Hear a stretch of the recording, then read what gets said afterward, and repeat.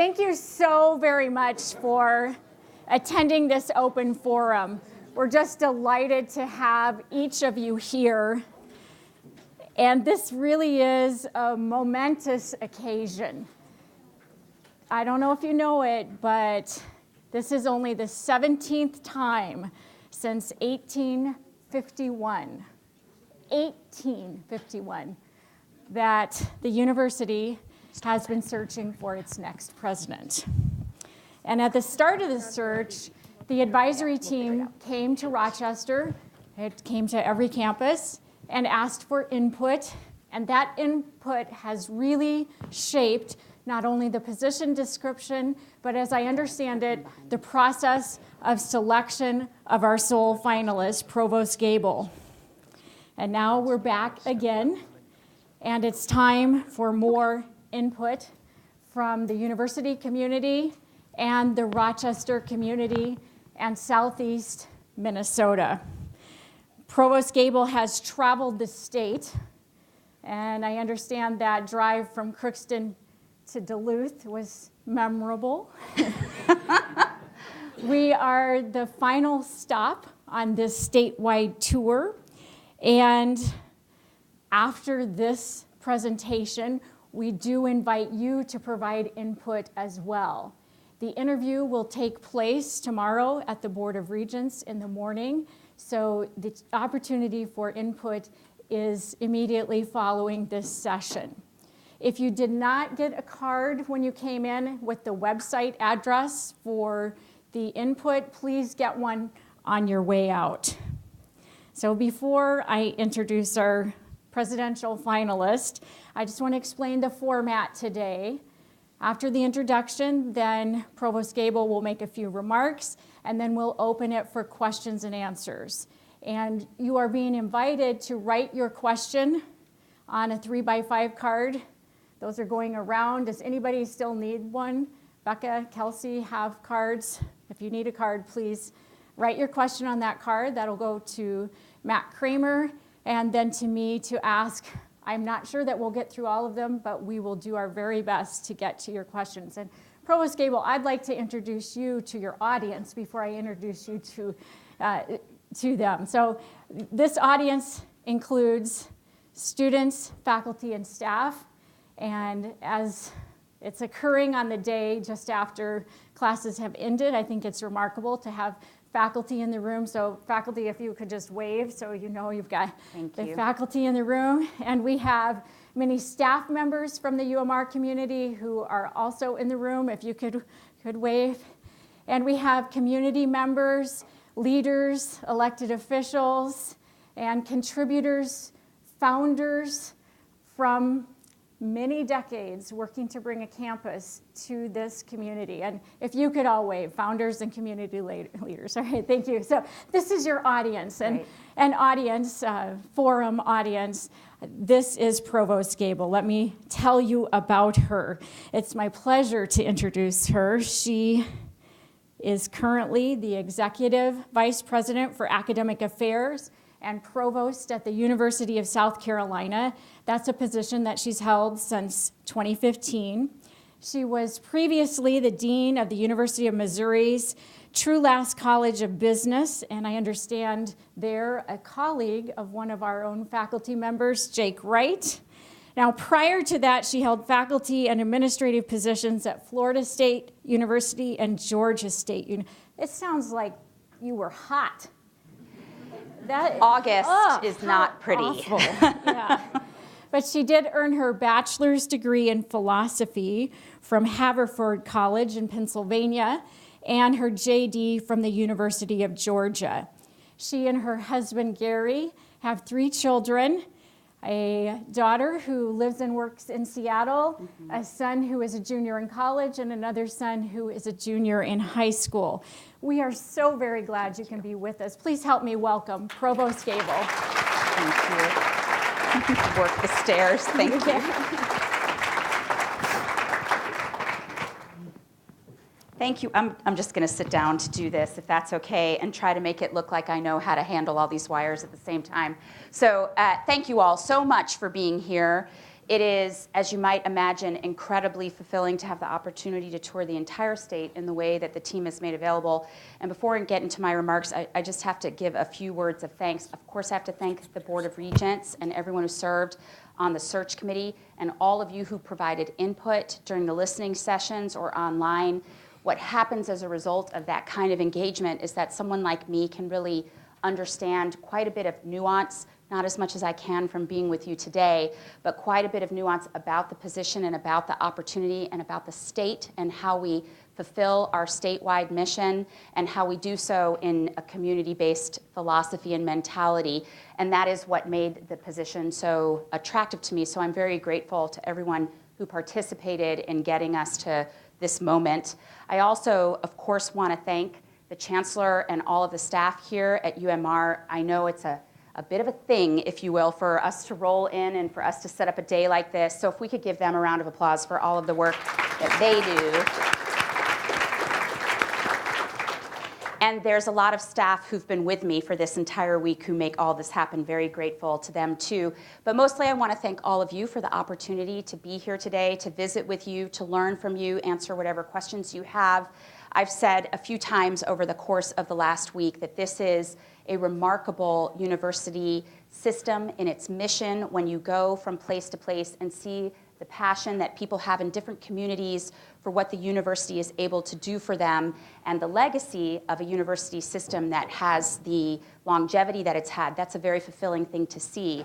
But to know that there's also a spirit and an appetite for innovation, for something that is, by academic standards, brand new, and that has come to life as the result of a passion of a community and a tremendous leadership philosophy and a real engagement with faculty, staff, students, community. That is a lovely thing to see, to know that there is this real academic B12 shot, if you want to think of it that way, into how we think about ourselves as educators and scholars and community partners, and that is exactly what I see here. And so I'm so grateful to be here and have the chance to meet you, and I'll stop there because I don't want to take up too much time. I really want to answer your questions and see how I can and have our conversation. Great, thank you so much. So the questions are beginning to come in, and please do pass those over. We want to start with where you were just describing innovation. So this campus is an innovation incubator in higher education, and we're having tremendous results. I wonder if you could talk about other innovative endeavors of which you've been a part.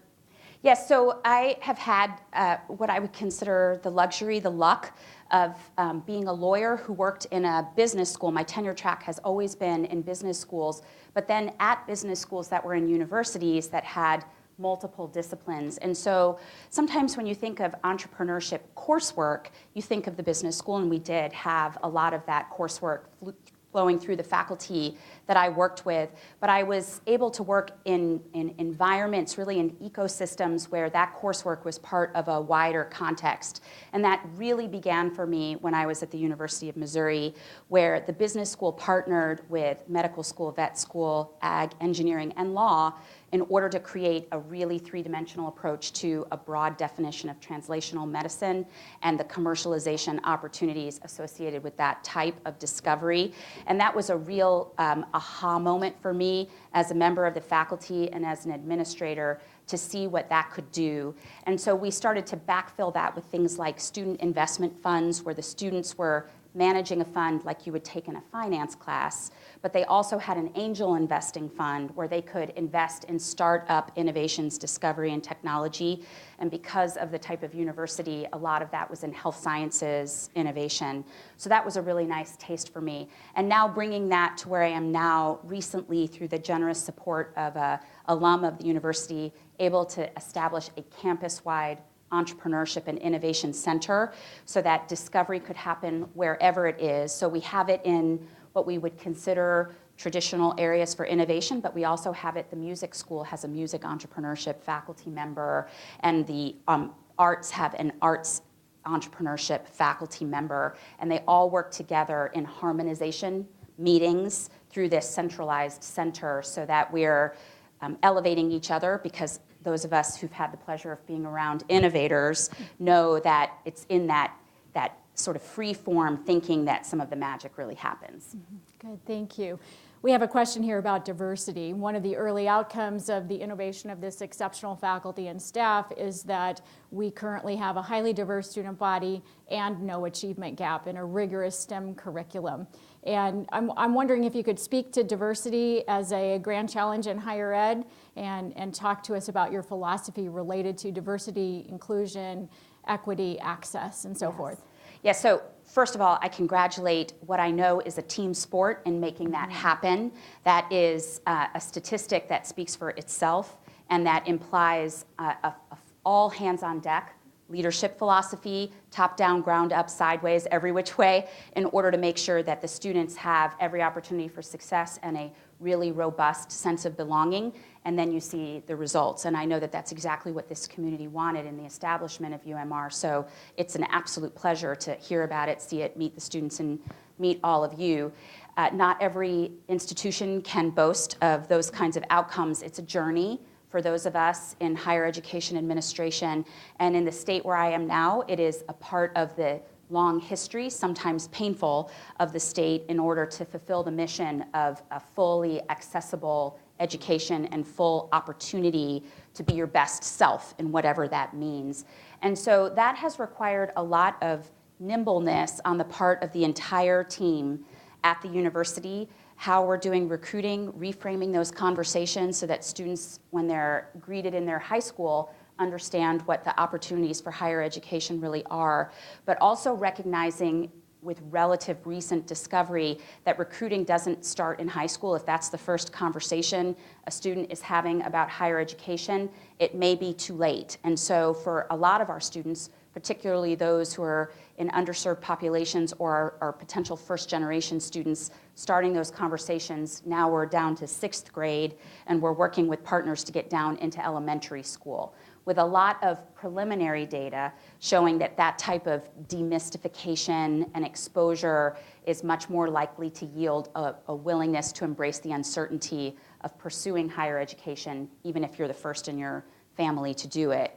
And then once you're on campus, making sure that the climate is absolutely welcoming, that students feel a sense of belonging, no matter how they come to the table, no matter what their point of view is. That requires intentionality, decision-making, education, training, sometimes apologies, sometimes the pursuit of forgiveness, and a continuous learning so that we can all benefit from the different points of view that we bring to the table, working very hard to make sure that the faculty and staff represent the population that we serve. That is in itself one of the grand challenges of higher education. So not only rethinking how we do faculty and staff recruitment, but also how we're a partner in pipelines so that more and more people from more and more backgrounds consider higher education and the education that they would need in order to be a part of higher education, that they do so. And then really working very hard with our community in every sense of the word so that the students are out in the community in every which way, have employment opportunities in the community in every which way, mentored by community partners so that upon graduation, they have successful lives, that they're gainfully employed or continuing their education, and they feel fulfilled by the investment that they've made. And we certainly see the two first questions on diversity and innovation as related. So as we graduate a more and more diverse student population with the competencies they need to be innovators in healthcare, we know that the social determinants of health are going to change in a positive direction. So we just have so many motivations in that regard. I have a couple questions here about the system and the campus as part of a system and yet having a distinct vision and mission within the broader vision of the university. And I know you're experienced in working in a system, and I wonder if you might speak to that, having traveled the state now and visited all of the campuses and just beginning to know us a bit. How are you thinking about the way the University of Minnesota operates as a system? Thank you. So one of the words that I've learned in the last week or so is systemness. I'd never heard that. Has anybody else heard that word before, or was it just me? So, so systemness, what does it mean to evoke some unique quality of everything up together as a system, and yet have full respect for the unique contributions of each individual campus. And as the chancellor says, I do have some experience with this. The University of Missouri is a 4-campus system plus extension. It's the land grant. And then the University of South Carolina is an 8-campus system, actually, multi-campus system, not the land grant. That's Clemson, for those of you who are familiar. So they have the extension mission, but only 1 campus. So it's a different divide than some of us might be familiar with the multiple universities in the state of Minnesota. But in any case, it is a challenging thing to figure out how everyone works together in ways that make everyone's mission work in its individuality and then in its togetherness. But I really think that in that struggle, in that exploration, in those conversations is where systems make unique contributions that individual campuses sometimes cannot. Because by talking about it, really by being forced to talk about who are we here, who are we as a whole, we plan for who are we here and who are we as a whole.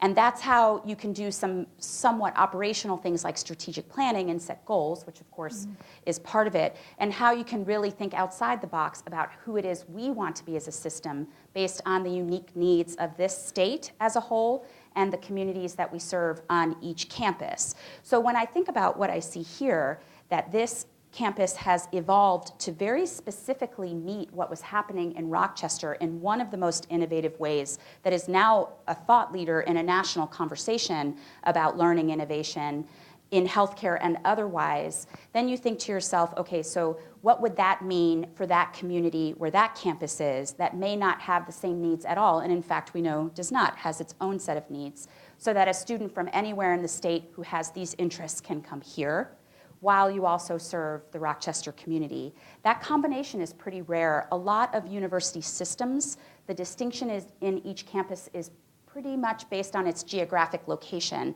rather than a curricular distinction, a research distinction, a community engagement distinction. But this system has both, a geographic footprint and distinct curricular research, community engagement missions at each campus. And that's quite a systemness, if you ask me. And I think it makes the future very bright for how the University of Minnesota system can serve the state of Minnesota, the city of Rochester, and the world. I mean, that's a tremendous combination.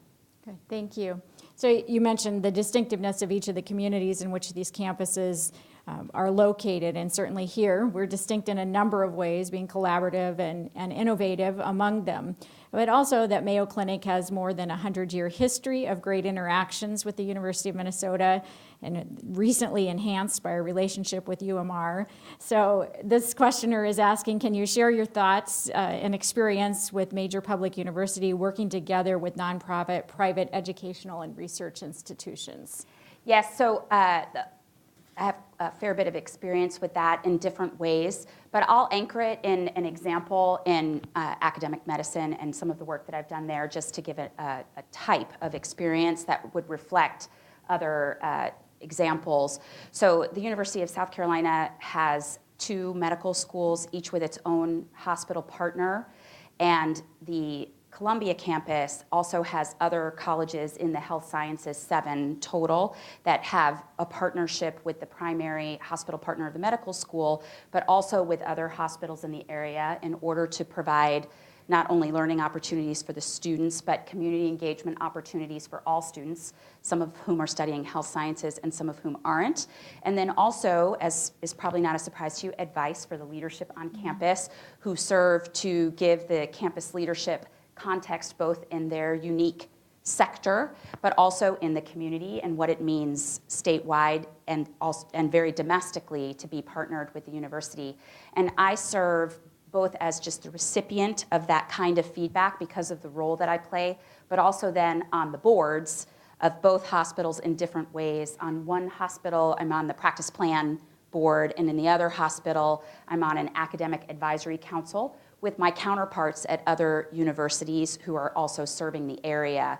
So I see that as a somewhat complicated and maybe even a little convoluted cycle of information input, but also really robust exchange.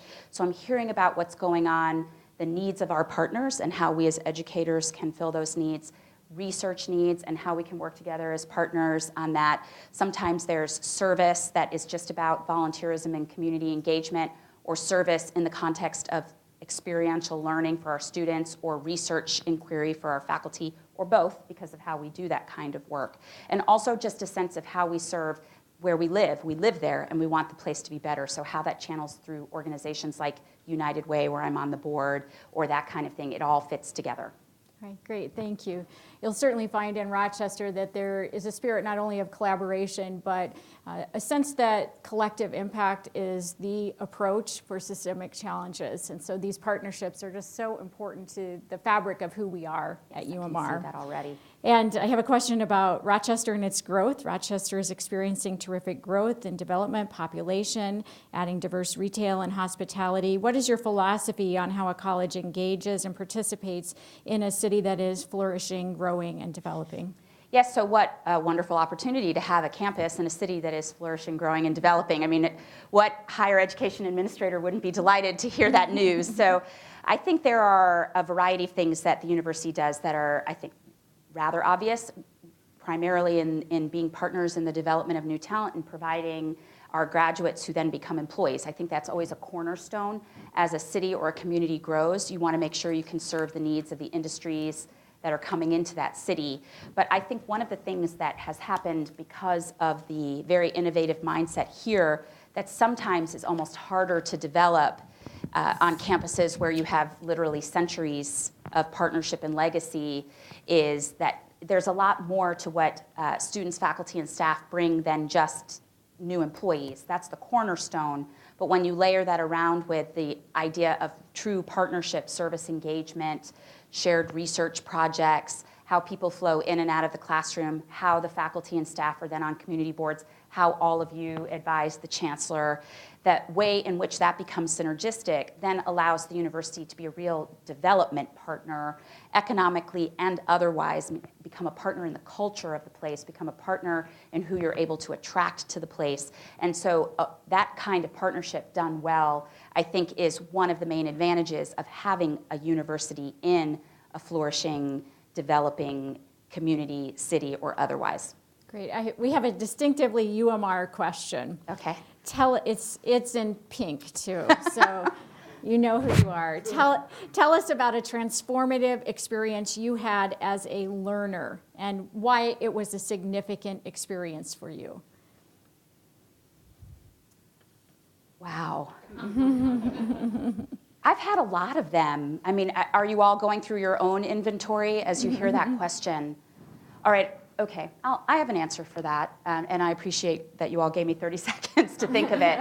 So when I graduated from school, I went to a liberal arts college. I majored in philosophy, and there's not a lot of job ads for philosophers. But fortunately, I graduated in, sorry, Jake, I graduated in an era when the economy was very strong, and the trend, not unlike some of the things that are happening right here, was to hire people with certain educational backgrounds, bring them in, and then train them specifically for the needs of that employer. And I received that type of a job when I graduated.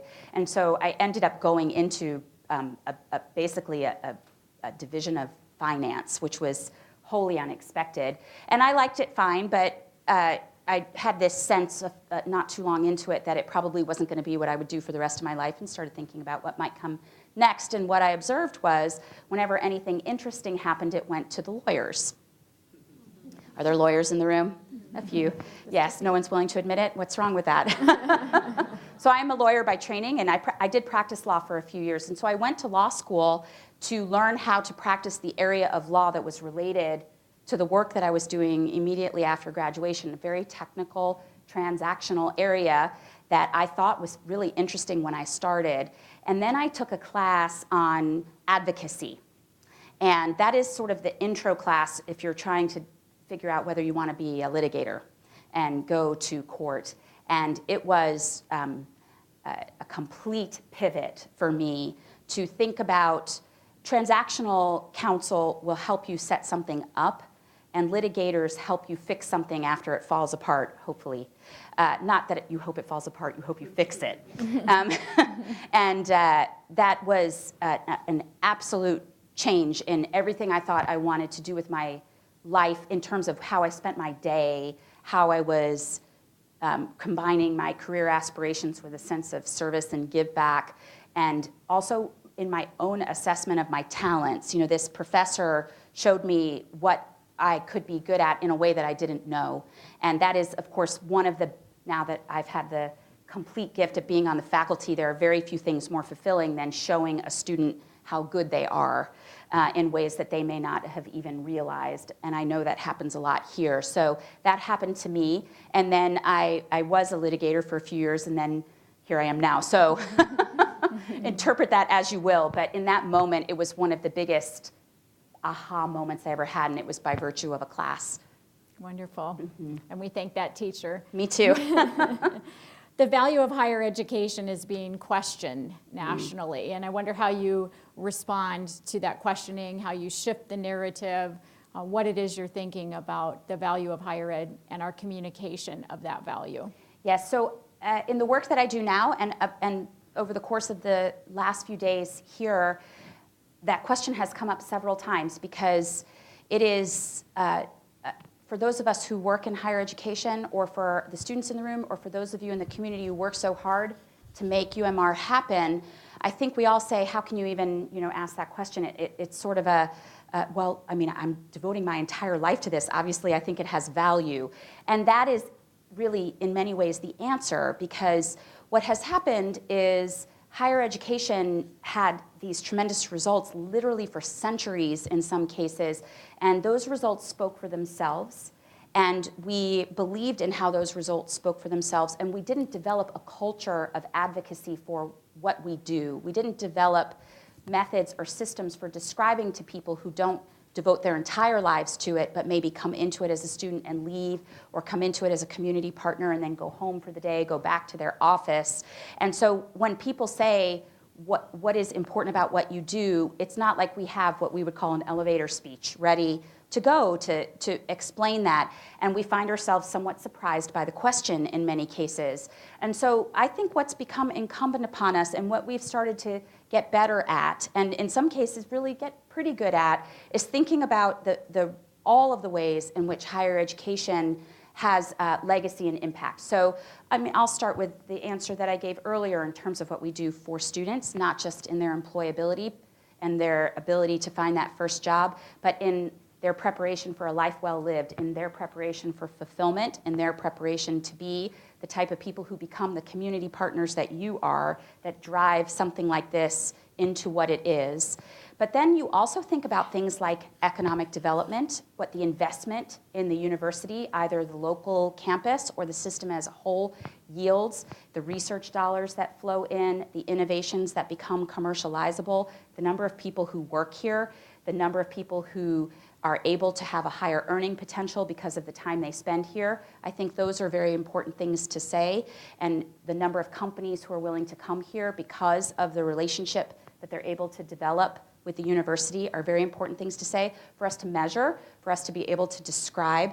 And then there's also what I would call testimonial value, which is when this professor does something really cool, and we make sure that that story is told, or when this student has that really amazing transformational experience, and we make sure that that story is really told, because we're all in some form of public service, and it's really nice to remind ourselves that it's still about individual people. And I know that's baked into the philosophy here, but as a whole, the system has 80,000 students, and each one of them is really important too.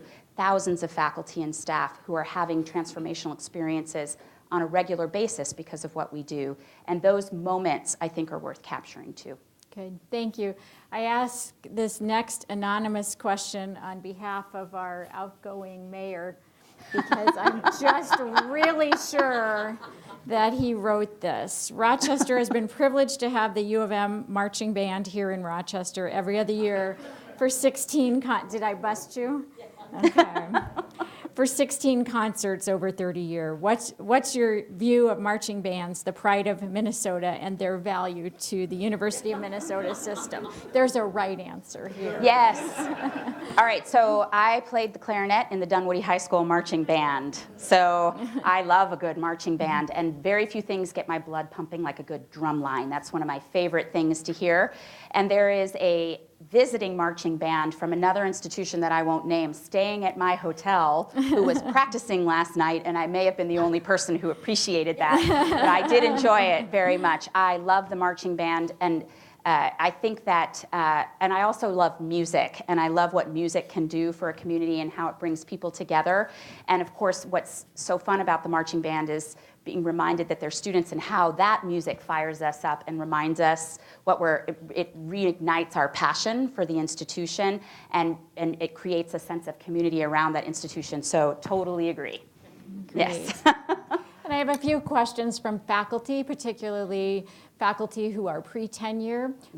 In your role as provost, how do you support pre-tenure faculty and their development?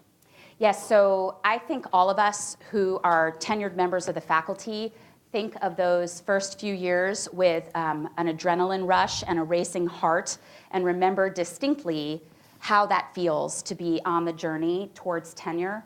And so what I've tried to do and have worked on in my role, and this really began as a department chair, I mean, that's when you're really frontline in the type of organizational structure that I was in, and then as dean and now as provost, is have a lot of transparency around expectations so that as much of the uncertainty as you can manage is managed, a lot of support for preparation of materials, and a very regular feedback cycle along the way with mentorship by tenured faculty for the junior faculty.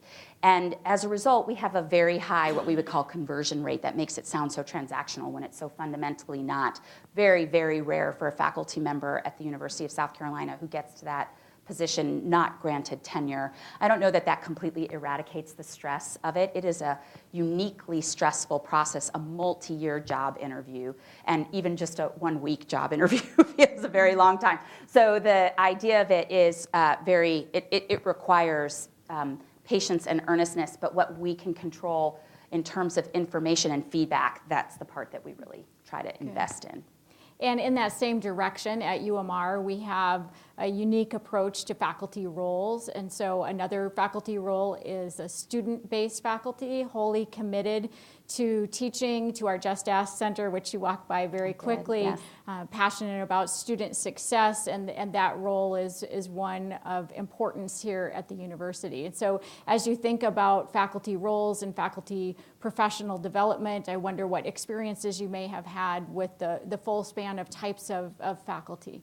Yes, so at a university the size of which I'm engaged with now, we have faculty on different tracks, if you will, and that's actually embraced and supported, that in and of itself, where we have faculty who are really solely doing research and work, when they work with students, it's almost exclusively with doctoral students. And then we have faculty who are solely engaged in instruction. And then we have faculty who have this beautiful three-dimensionality like the chancellor is describing, and how you find support for them so that not only can they do work in ways that are fulfilling to them, they can get better at it over time, and they can see a progression in their own career so that they can pursue their own goals with whichever combination of the portfolio of research, teaching, and service they find the closest affinity to. So we have a really wide portfolio of faculty development where I am now, and it's received some acknowledgement and rewards, which are nice, but they really are more about identifying the faculty's self-awareness of where they see their strengths and providing the support for them to get from where they are to where they want to go. So we have faculty development, obviously in instruction through a Center for Teaching Excellence, all kinds of things going on there. We have the types of mentorship programs that I was describing for faculty who are pursuing a research track. And then we have faculty development for faculty who are interested in administration. This is a relatively new phenomenon. I don't want to speak for the chancellor, but in my case, the switch from faculty to administration was pretty abrupt. And we don't really get a lot of training, and it's not what most of us go to school to do. in the way you would pursue an MBA and then become a manager. There's no MBA for higher ed administration. And what we're starting to see is that we, as a result, don't have good pipelines, good succession planning, good smooth transitions when people move into leadership positions. So we've started to do that as well. Great, thank you. I also have a couple questions from students. And at UMR, students' development and learning is at the center of all that we do. And the question in particular that I'd like to share with you is, how will you interact with UMR students in order to understand and appreciate their perspectives? Well, I had the pleasure of meeting 3 of your students today and several more who came to the reception who were, you're not going to be surprised to hear, the most delightful ambassadors for what the program does, the impact that it's had on their lives, how purely joyful they are to be here, and how optimistic they are about the opportunities that are available to them. For those of you who I met earlier who talked about how this institution has been a twinkle in your eye and you've seen it come forward, for someone who comes in the way that I have today, I know you know this, but they are the embodiment of what you described as the original vision for what you were doing. So I think there's a lot to be said for that.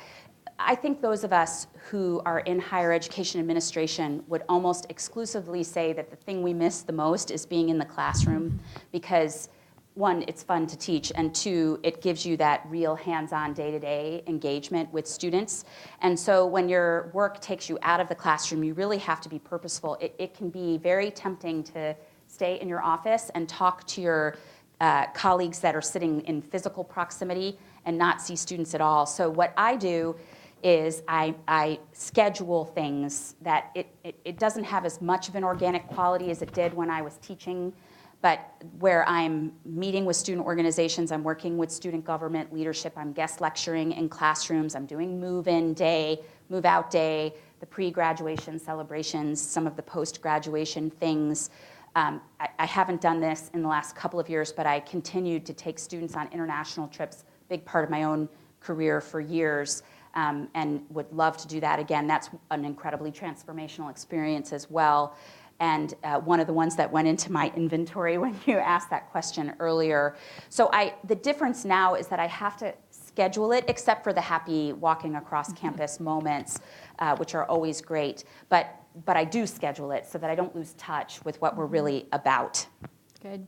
I have a couple of quirky questions here that really speak to relationships, and relationships are at the heart of how our faculty and staff are being successful with students, and our relationships with each other are what generate our creativity. And so with your permission, I will ask these questions. I'm going to ask them together. One is, how are you going to get to know us in Minnesota? How can we know that you will get us, coming from mostly warmer climates? And at the same time, there's someone here, maybe not the only one, who'd like to know your personality a bit more. And so they give you that opportunity by saying, could you pick a character from a TV show or movie who would be the most like yourself? Who would you pick to represent you? So there, maybe you toss the question back to us, but it's really relational. How will you know us? How can we know you? So you can take that one or not, but I'll give you the broader question. I'll take that one while I try to think of the character.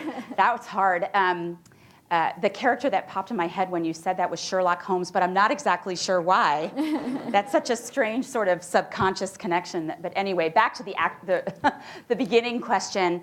So I think that my father worked for the federal government, so we moved every couple of years. I've told that story to a couple of your colleagues on other campuses. And then we settled in Atlanta when I was in elementary school, and my father and one of my siblings still lives there. But we have family from different places, and we had a little bit of that kind of adaptability woven into our childhoods in my family. And I know for some people, and I've heard students tell me stories that when their parents moved, it was a traumatic experience for them, and I absolutely received that. But for me, it never was. One of the attributes of my personality is I'm really friendly, and I really am inclined to like everyone until you give me a reason not to. So the moving meant meeting more people, and I've never had that sense of negativity associated with being in a new place. And So coming to a new place, meeting new people, getting to know the idiosyncrasies, the charms, figuring out how to navigate the things that require navigation, that's really fun for me. And so the saying, well, here's how I'm going to get to know you, I think has a little bit of hubris. But what I would say is I'm really looking forward to giving it my best shot and absorbing all of the wonderful lessons. And the fact that you make yourself available in the way that you have gives me great optimism about what that journey would be like. But I have to say, I haven't thought of the character, even in this nice long runway, and I'm trying to do this so that I can think of it. But I don't know, that is it's a great question, but it's a tough question.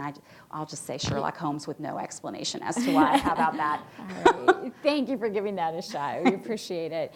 As all of us are aware, mental health is a challenge, and particularly an emerging challenge in our student population coming straight from high school, with a higher incidence of diagnoses of anxiety and depression. And thinking about this in an ideal kind of way as a system, how might we best address student mental health and do so in a way that makes a difference, that is transformative? That is a question that has taken on a surprising and troubling momentum, as we all know. And I had an answer to that question that has improved by virtue of input from a student who I met over the course of the week. So I'll give the initial answer, and then I want to share with you what the students suggested to me. So many of us in higher education, particularly in the kind of positions that the chancellor and I have, the mental health of our students has reached a crisis level. And we consider it, I mean, obviously, at the absolute bare minimum, a student is going to be less able to learn and succeed if they're struggling with a mental health challenge. And also, there is the concern about just the safety of your student, whether it's affecting their ability to learn or not, and wanting them to feel at their absolute healthiest and best while they're in our care and beyond.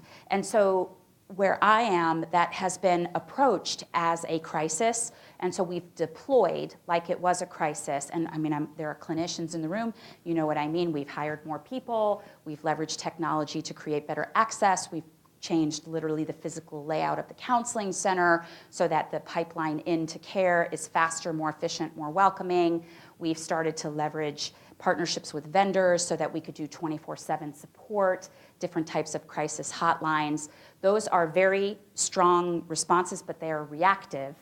And what this student pointed out to me is that what many of us aren't doing is being proactive and using a governance systemness model to really reach better to our partners, by partners meaning other campuses, certainly in an environment like this, our clinical partners, our community partners, the service agencies with which we work, with which our alums work, et cetera, in order to try to create a proactive response. Because the temptation is to focus on the student once they arrive. And what he was suggesting is, how about we focus on the students and what we know they're likely to arrive with and meet them where they are, so that we're either engaged in pre-arrival, which can take on a lot of different forms, or we're approaching from a different perspective upon arrival. And I don't know exactly what that means, but I thought that was incredibly insightful and not something that I'd heard before from some of the best minds in the field, which, of course, even though it's a daunting and troubling subject, gave me a lot of optimism about the way our students think. Good, thank you. And we continue to think about root cause for this change, and to work collectively with policymakers as well as providers and other thought leaders to make a difference in this area. I'm very hopeful that some of our graduates will lead the way in mental health. Exactly. And I look forward to celebrating the solution to that grand challenge, which I'm not sure any of us yet understand. A new topic, UMR has been fortunate in its history to have financial support from Rochester City sales tax for land purchases, and we're very grateful. Leased premises, tenant improvements, and space renovations have also been supported in this way. A number of these ventures have included public-private partnerships, We wonder, what is your involvement with such partnerships? Do you have experience with this or other funding models that might be implemented at UMR as we try to be innovative in all ways? Yes, so I have some experience with this, but I also have a pretty high level of confidence already that if there's an innovative new way to approach it, it's going to happen here.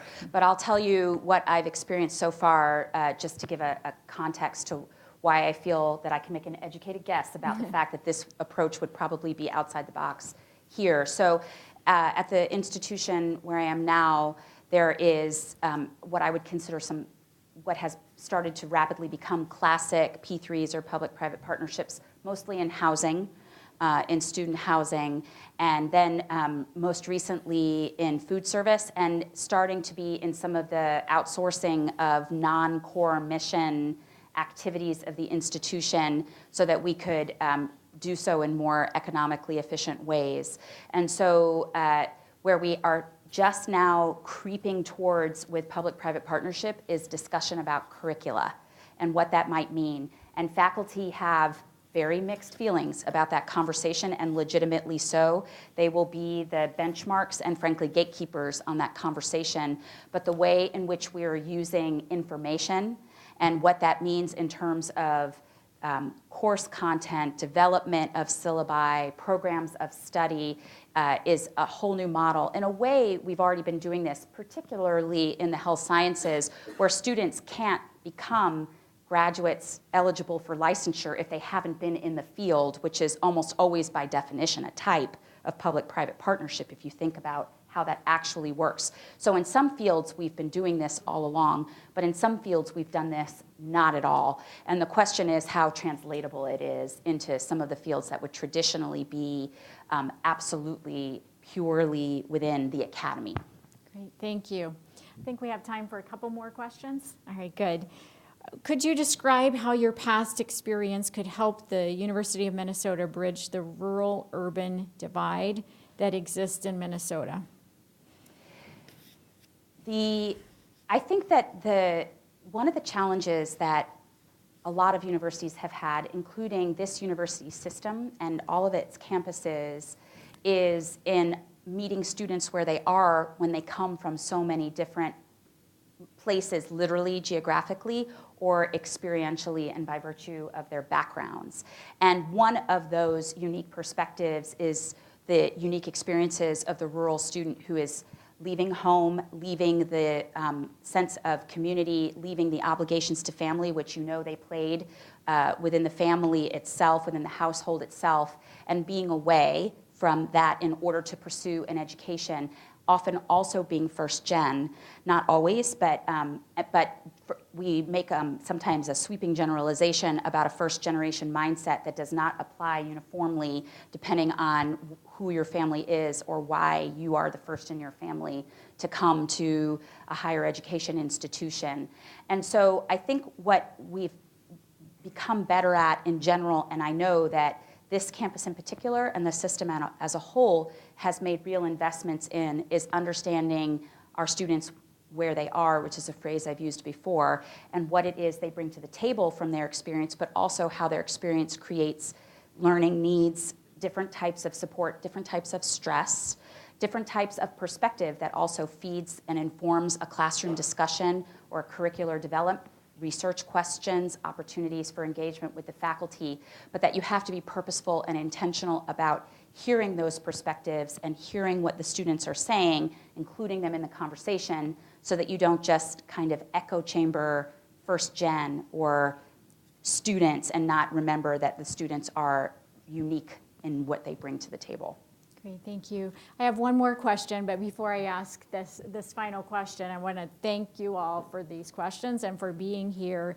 And also note for your information that almost half of the questions that were handed to me were related in some way to the system and the local campus and the distinct identity of this campus and how it would be honored and used as a contributor within the system. So thank you for all of these questions, but I want you to know that there were many on that topic, even though I only asked one. And so for the final question, what aspect of your background, what strength that you have do you believe is most valuable to be the in the role of the president of the University of Minnesota?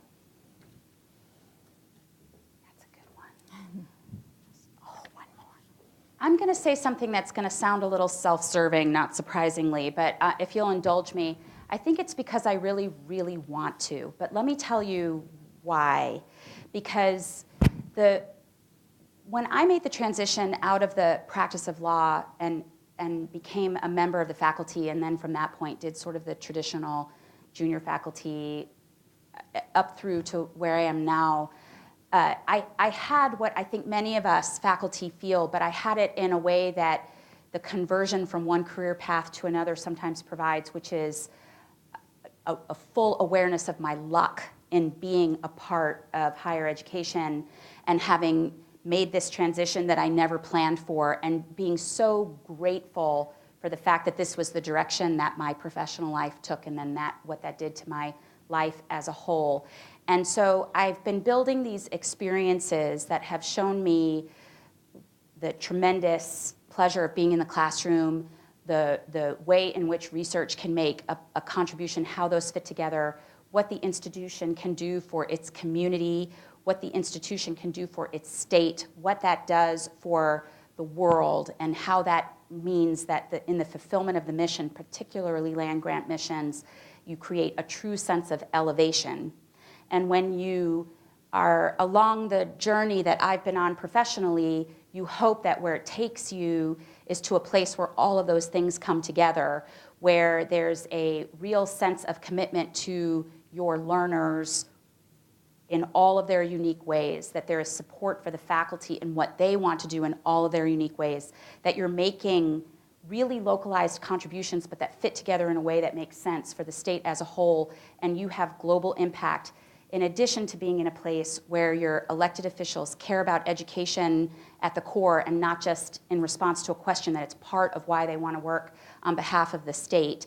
And you say, well, that's a pretty great place to be, and so I want to be here. And I think that the experiences that I've had and the recognition of what's going on here and the alignment of those two is why I think that I might be able to do some good while I'm here in partnership with all of you.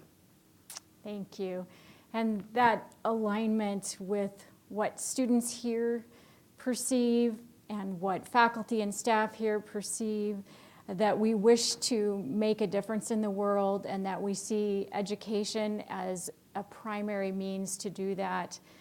The difference making that our community members want to see in Rochester through collective impact and the development of human potential and of a community that is well. I think it just resonates very much with what you said. You've been invested in something that makes a difference, and to continue to do that, you know you'll be having an impact. I've been given a note that says, feel free to tee up the last couple of seconds with a fun question. And I know you don't want to return to the movie question, but maybe later you'll think of that character. I did think of an answer. Are you ready? Some of you will know who this is and some of you won't, and I'm going to say Miranda. Okay, yeah. Okay. And everybody can ask the people who knew what I meant by that. Okay, terrific. Is there anything else that you'd like to share with us while we have this group gathered? Yeah, if I could just take 30 seconds. Of course, with great appreciation to the Chancellor and everyone who I met today for stopping your day and coming by. But not just to thank you for what's happened today, but to thank you for everything that has happened, is happening, and will happen to make this partnership so vibrant. This is an incredibly special place. I know I'm preaching to the choir, but if I could use a Southern expression, we say just because you're preaching to the choir doesn't mean that it can't sing a little better.